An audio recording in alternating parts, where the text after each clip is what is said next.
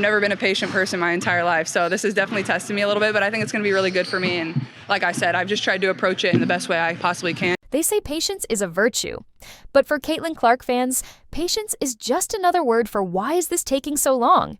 We've been refreshing news feeds, stalking injury reports, and even reading comments from self-proclaimed insiders whose only real connection to basketball is that their cousin once sold popcorn at a game.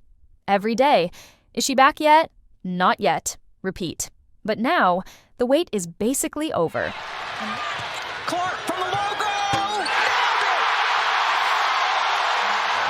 And this isn't your average player returns from injury story. This is Caitlin Clark, the WNBA's main event, the ratings magnet, the person who turns $3 tickets into $80 tickets, about to walk back into a league that's been limping without her. And she's not just coming back. She's coming back healthier, sharper, and maybe a little irritated that anyone forgot what she can do. So buckle up, because when Caitlin's back, it's not just a comeback, it's a takeover. So here's the thing. Caitlin Clark going down wasn't just bad news for the Fever.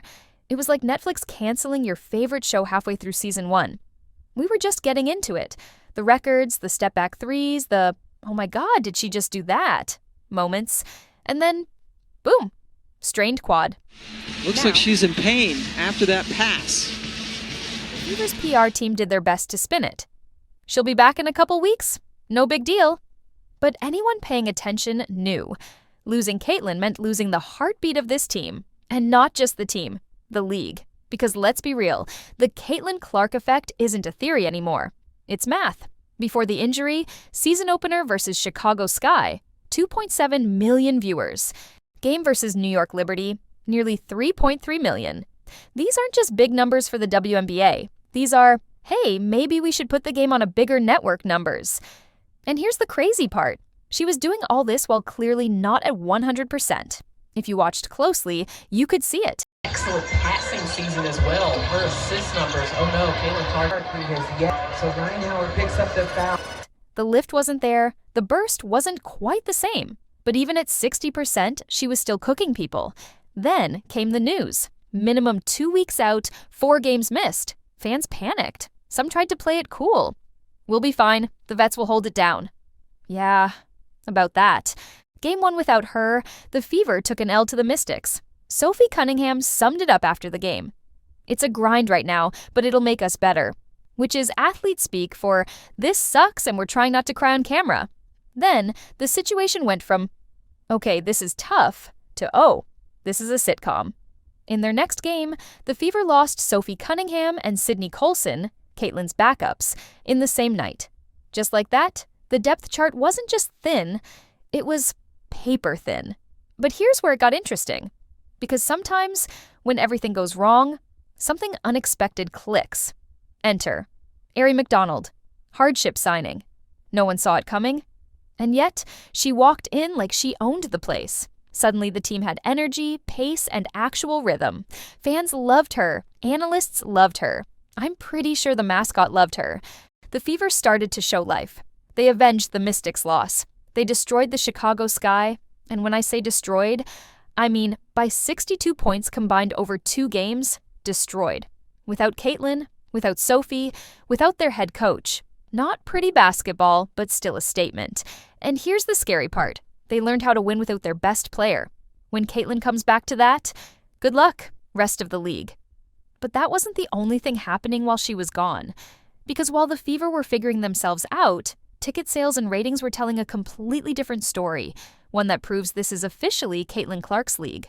Here's where things get embarrassing for the rest of the league.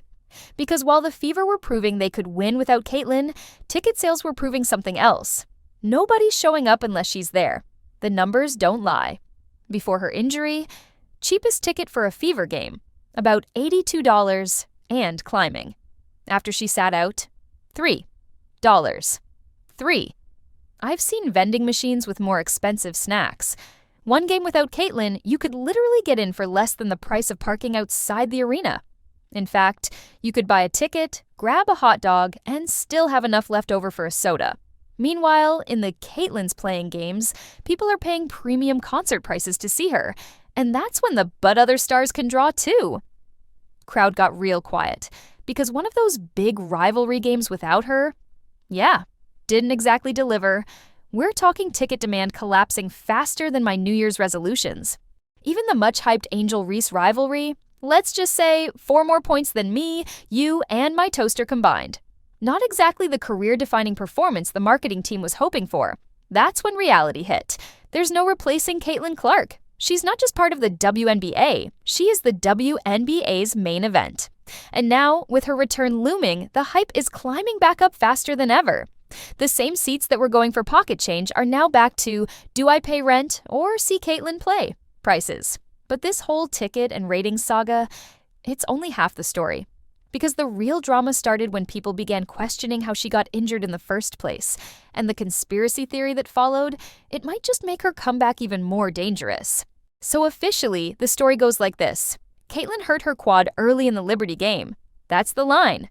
Simple, clean, easy to repeat. But here's the thing. Not everyone's buying it. A growing number of fans, and even some analysts, think the injury didn't just happen in one random moment. They believe Caitlin had been playing hurt for weeks, maybe since the start of the season, and just pushed through until her body said, nope, we're done here. And honestly, that theory makes way too much sense. Watch the tape. She looked off in the Liberty game before the supposed injury. She didn't have her usual lift or first step against the Dream. Preseason? Same story. If that's true, it means she's been operating at like 60%, and still pulling in 3.3 million viewers and making defenders look like they just downloaded basketball yesterday. Now, here's where it gets interesting. Why would they keep that quiet? One word: liability. If the Fever knew she was hurt and still let her play game after game until she finally sat out, that's not just bad PR. That's, let's call the lawyers, bad. So of course the official line is going to be vague. Oh, it happened in the Liberty game. Couldn't tell you the exact play. Nice and clean, no messy follow-ups. But here's the part that should scare the rest of the league. If this theory is true, it means the version of Caitlin Clark we've been watching so far this season was the limited edition. And now, we're about to get the full power, no restrictions, hope your defense has life insurance version. But the comeback isn't just about her being physically ready, because while she's been sitting out, she's been quietly leveling up in ways most players never do. Here's the thing about Caitlin Clark. Sitting out doesn't mean disappearing. Some players treat injury time like a vacation. Caitlin, she treats it like a training montage. And while her quad's been healing, she's been quietly stacking up a new kind of advantage: the sideline perspective. See, when you're playing, your brain is in overdrive, scanning defenders, looking for passing lanes, trying not to get smacked in the face with a stray elbow. When you're on the bench, you get the 30,000-foot view. You see the little mistakes, the openings the other team doesn't notice, the exact moment a defensive rotation falls apart, and Caitlin hasn't been sitting there silent like a polite guest at a dinner party. She's been in people's ears, talking to teammates during timeouts, giving pointers in the locker room, acting like a second point guard, even without touching the ball. That's not just staying involved, that's leveling up. Now combine that with her obsessive drive, the same one that made her a star before she even stepped on a WNBA court, and you've got a dangerous formula, because she's not just going to return healthier, she's going to return smarter. And the league, they should be nervous, because a fully healthy Caitlin Clark was already trouble. A fully healthy Caitlin Clark who just spent weeks studying the game like a coach, that's a nightmare. So, when is Caitlin Clark actually coming back? That's the million-dollar question. And depending on who you ask, the answer is either any day now or relax, it's not worth rushing. Her own words: I've made a lot of progress. I feel good. But I'm not going to rush it. It's just not worth it. Translation: she's not coming back at 90%. She's coming back when she can step on the court and immediately remind everyone why the league bends around her schedule. And honestly, she doesn't need to hurry. The Fever are finally stacking wins without her, which buys her time to rest, recover, and come back at full throttle. If that means skipping one more game to make sure the quad is bulletproof, she'll do it. Because Caitlin knows the bigger picture, this season isn't about one flashy return game. It's about turning the Fever into a championship contender and running through the postseason without worrying about another setback. And here's the kicker: the longer she waits, the bigger the anticipation builds. Every game she misses now is another ticket price surge when she finally walks back onto that court. She's not just recovering, she's building the biggest comeback stage the WNBA's seen in years. Here's what makes this return different from every other star player's back storyline you've ever heard. The Fever didn't just survive without Caitlin Clark, they evolved. When she went down, this team was still figuring itself out. The offense looked clunky, chemistry was hit or miss, and half the roster was still learning each other's names. Fast forward a few weeks without her, and suddenly, shooters are finding their rhythm. Role players are stepping up like they've been waiting for this moment their whole careers. The defense is actually organized. So now, instead of coming back to the same shaky squad she left, Caitlin's walking into a team that's battle-tested. They've taken punches, adapted, and proven they can win without their best player. That changes everything, because it means the Fever no longer need Caitlin to drop 30 every night just to have a chance. She can pick her spots, create for others, and absolutely torch teams when the moment's right. And here's the part that should make the rest of the league sweat. Every team has now seen the without Caitlin version of the Fever.